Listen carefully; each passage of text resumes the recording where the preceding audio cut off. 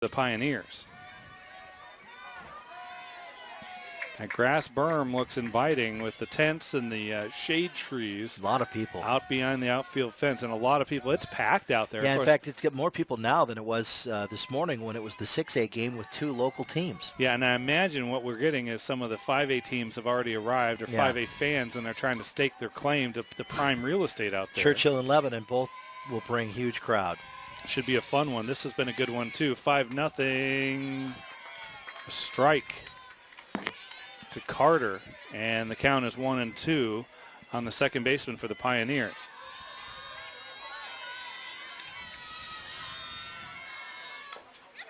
Slap hit, it stays fair, and Carter's going to beat it out with no throw. Might as well have been a bunt. She swings, and it just barely hits the bat, goes straight up and down, but perfectly placed in a position where Alyssa Rogers from third base just couldn't get there quick enough to make the play. Swinging bunt it is. Micah Fortune is 0 for 2, and she'll be the batter, the third baseman, with the runner on. Pioneers need to get to work here offensively. She lays down a bunt, and the play will be to first. Safe! The call, they throw behind the runner at second, and she gets back safely as well. And the first 2 are aboard for the Pioneers. Wow, great defense.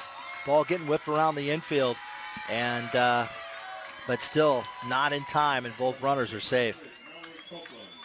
Nice play by Fortune, making it happen with her speed. And Carter moves down to second. She nearly got caught going too far around the bag at second base. She did. She went beyond and then fought to get back and got back in time. Because Emma McCourt has a gun over there at first, and she fired right behind her, and they nearly got the swipe tag on. So the first 2 are aboard. McLaughlin down 5-0. But they have 2 hits here. 2 of their 5 hits coming in the bottom of the 6th inning. Down to their final 6 outs are the Pioneers. Mallory Copeland is the hitter. So Copeland stayed in the game despite being pulled from her pitching duties. And she shows bunt, and it goes foul. Well, with no outs and you're down 5-0, why not try and play some small ball and get those runners over? I agree. And we've seen 2 bunt tries that have gone for infield hits, so with these speedy runners, it can work. Alyssa Rogers is way in at third, anticipating just what you said, John. And this pitch is high, and no throw, and both runners move up without the bunt, and now she can swing away. Well, and that all happened because the ball was high, and it went off the netting of the catcher, Shakayla Snyder's glove, making her have to get out of her stance and go and catch it. The runners noticed that, went, and were safe. So now Copeland likely swinging away, trying to drive in the 2 runs rather than move up the base runners. And the pitch misses high and outside, and Shaw did not like that. She gave a little nod of the head, or a little shake of the head to the home plate umpire. 2-1 pitch outside. This is when you see the kind of composure the freshman has. Now she's in a bit of a bind, her first trouble of the day.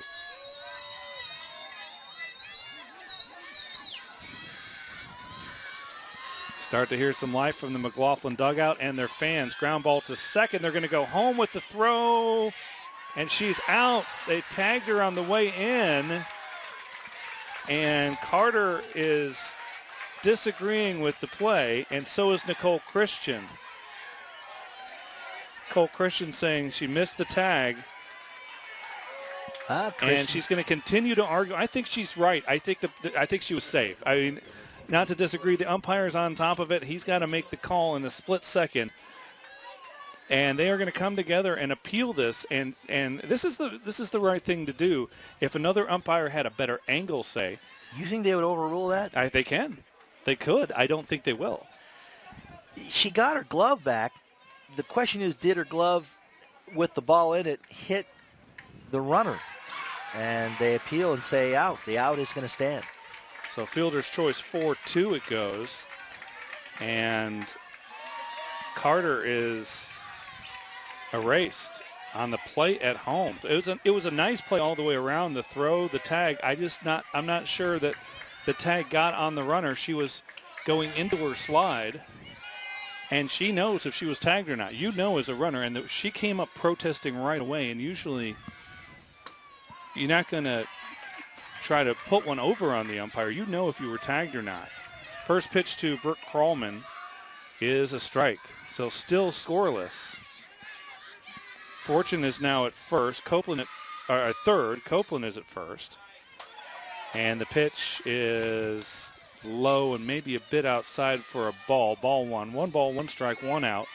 Runners at the corners, but that was a big play.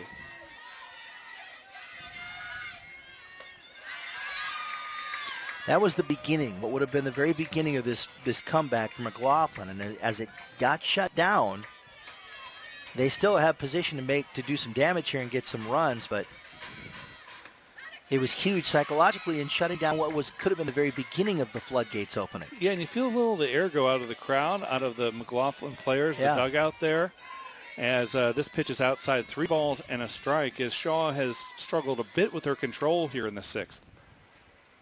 Swing and a miss, strike 2. Nice pitch. She went right after it that time. Yeah, that was a really late swing by Krallman. Really late.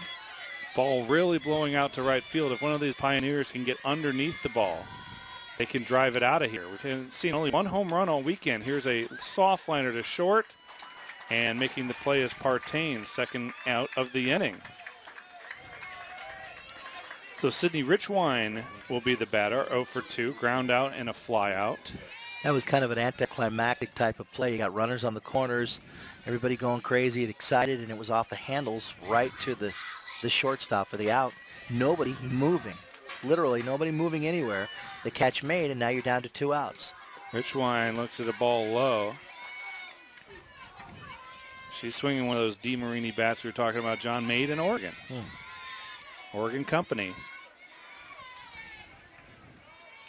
Here's a 1-0 pitch.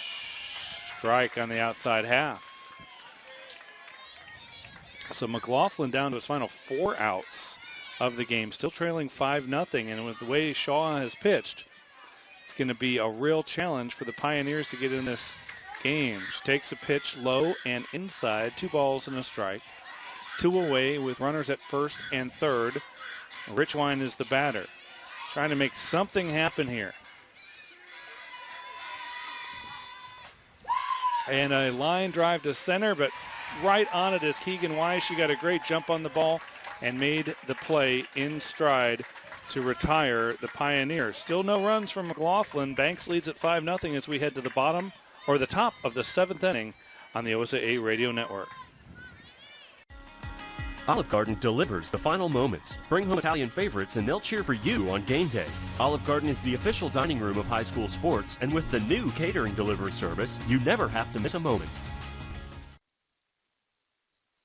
National studies show that students who participate in activities like music, sports, and drama not only have better grades and attendance, but they develop the character to handle adversity, the grace to accept defeat, and the self-confidence to start over.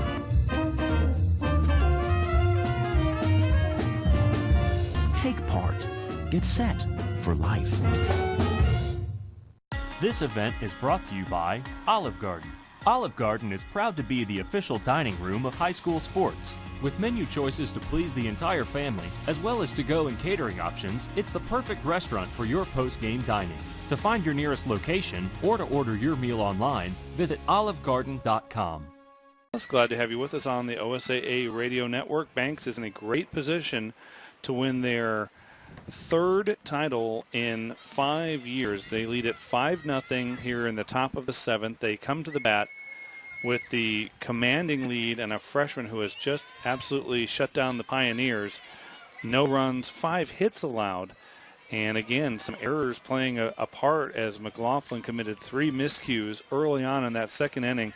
And that's when Banks got the majority of their runs, 4 in the 2nd, 1 in the 3rd. The batter is Keegan Weiss. And first pitch is a ball low. Sydney Earls came on in relief of Mallory Copeland. And has pitched pretty well. Yeah. I mean, she's not, I don't think, allowed to run, John, if I'm not mistaken. This pitch is high from Earls. Wise is 1 for 3 with an RBI.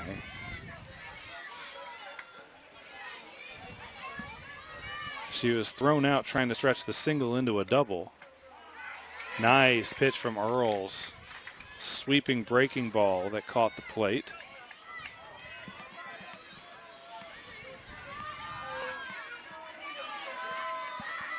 Here's the 2-1. Earls, the southpaw, pumps it in there right back to Earls. She'll turn, fire to first in time. One gone for the Braves, and Mary Shorn will be the batter. Mary Shorn is 3 for 3 with a double and a run scored. Well, for over 55 years, Les Schwab Tires has been committed to providing their customers the most for their tire dollar. Price, value, and selection at Les Schwab Tires, doing the right thing since 1952. And Shorn is 4 for 4 with a single to right field. Wow. Wow, she may make a case along with Michaela Shaw for player of the game, the Moda Health player of the game coming up at the end of our broadcast. Shorn is on for the 4th time and is 4 for 4. 3 singles and a double with a run. One of those was a bunt single, and Hannah McCourt, excuse me, it looks like we'll have a pinch hitter here for Braves. It's Mackenzie Davis will bat for Hannah McCourt. Shorn on the year bats .612 and has not struck out yet this year. Incredible. This one popped up on the infield. It'll go into foul territory and be caught by Micah Fortune for the second out. So Shaquila Schneider is scheduled to bat, and she will. She's 2 for 3 with an RBI and a run scored. You know, they were very aggressive in that second inning, swinging at early pitches from Mallory Copeland early in the bat and making good contact. Here's the first pitch, and it's driven deep to left field. Back it goes and off the wall. Extra bases for Shaquila Schneider as the throw comes back in. Shorn advances to third on the double by Schneider, who is 3 for 4. Wow. I thought, based on the trajectory of that ball, it was going to be out of here. I thought it was out. I thought it was going to hit the scoreboard. I did which too. Which is about 10 feet beyond the wall. It fell short and hit the top of the wall and then bounced down, but I thought it was gone. Must have had a little topspin as Destiny Mauler comes in to run for Schneider, the catcher.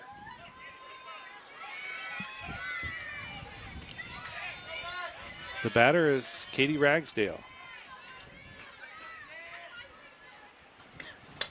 And she lifts one to left field, line drive, but right at the left fielder Slusarenko. And that is the third out of the inning. So a couple of hits, no runs, no errors, and a couple left on base as the Braves maintain their 5-0 lead. We head to the bottom of the 7th. The last ups from McLaughlin after this on the OSA Radio Network.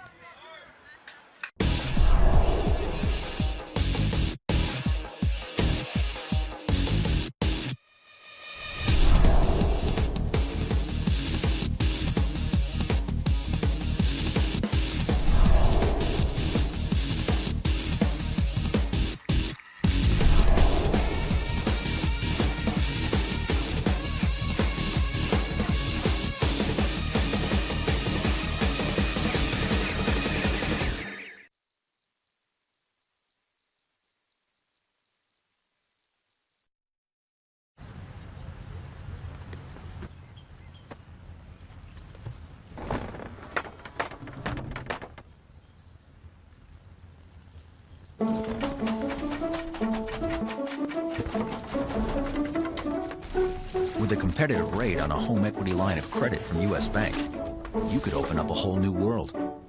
And we'll be with you every step of the way. U.S. Bank, the power of possible. This game is brought to you by Under Armour, maker of the world's best apparel, footwear, and accessories. Check out the full line of performance gear now at UA.com. Under Armour, I will. And a single so far for the designated player for Mac High. And we have reached 95 degrees. 95. Wow. Thank you, Doppler John. Here's the first pitch into Abby. It's a strike. Storm Warren is what my name is. Storm Warren. Those weather people always have storm-like names. 0-1 pitch is a single through the hole. Biggs is 3 for 3. And she is aboard, and likely a courtesy runner coming for Biggs.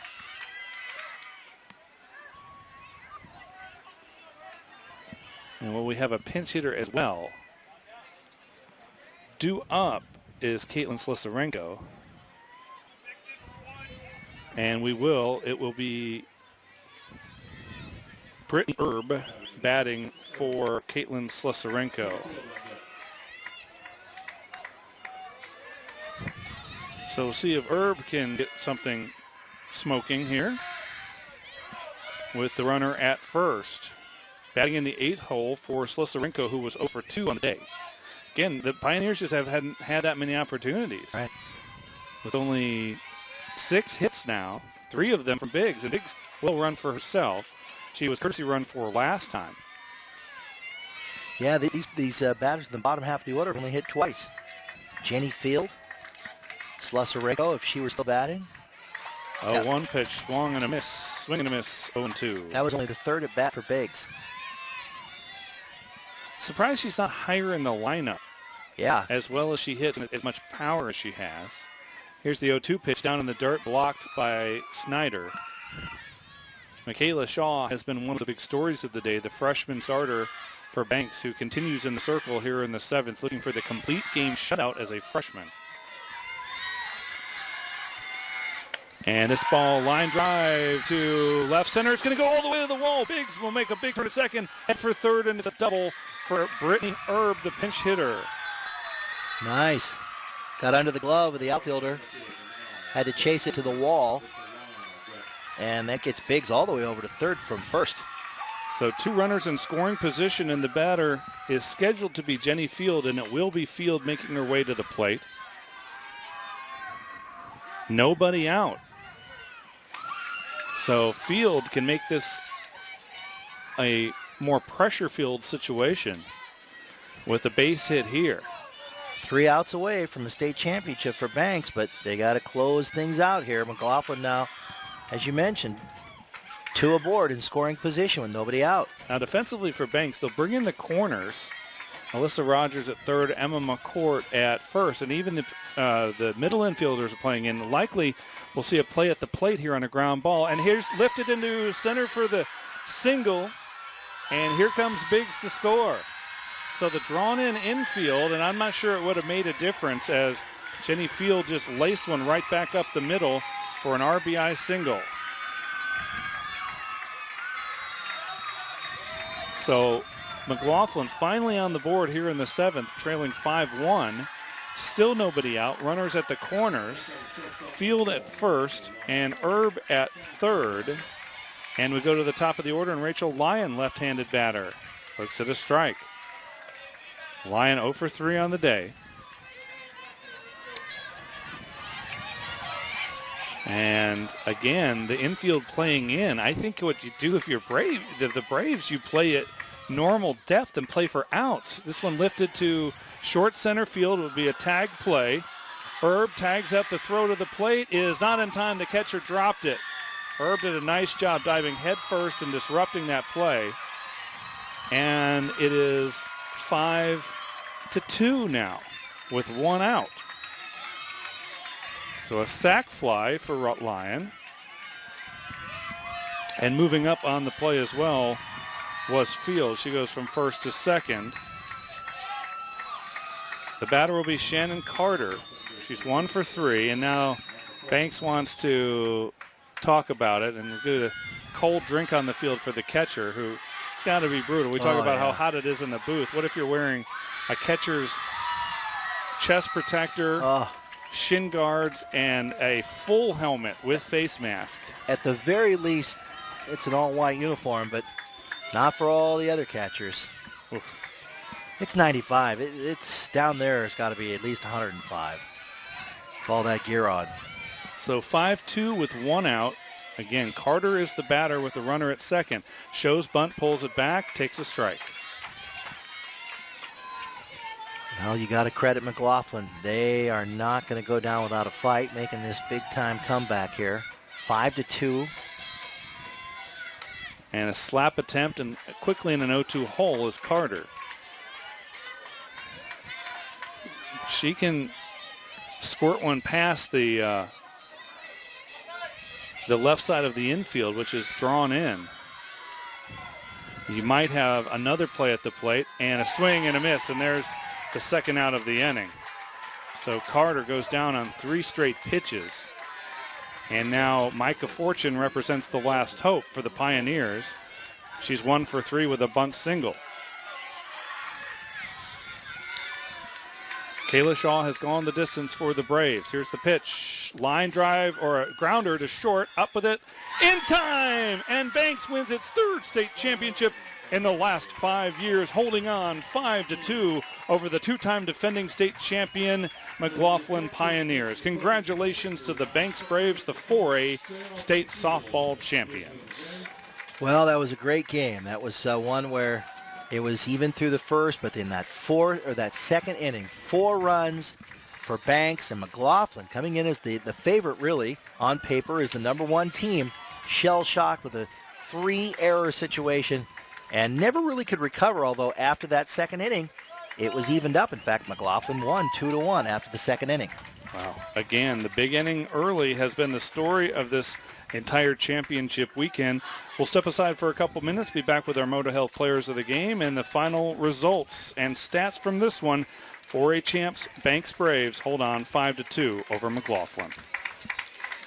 I was getting into my car one morning when I heard it sounded like a kitten was trapped in my car, but I couldn't find it anywhere. Neither could my husband, and neither could the fire department.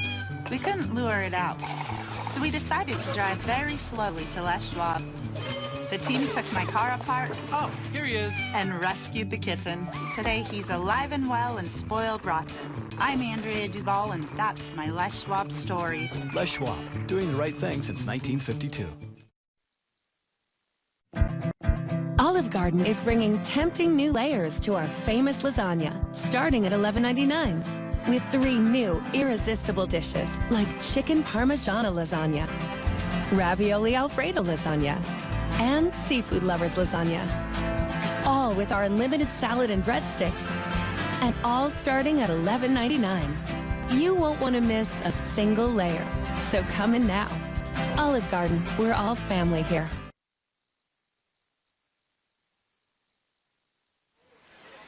Back at the OSU softball complex, Dave Wenda along with John Warren. Glad to have you here. And the Banks Braves are the 4A 2016 state softball champs behind an outstanding performance from their freshman pitcher, Michaela Shaw, and some timely hitting. They get 4 runs in the second, 1 in the third. They're shut out the rest of the way, but they're able to make it hold up.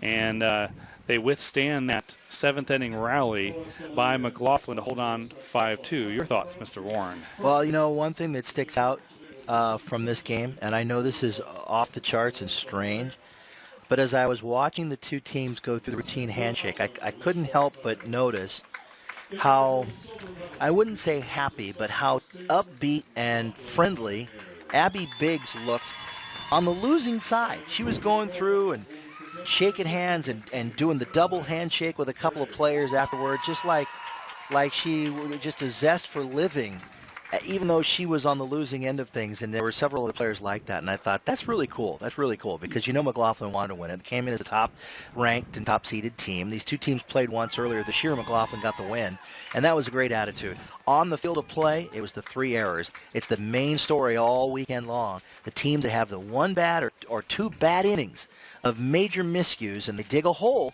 and then they play good softball. They just can't get out.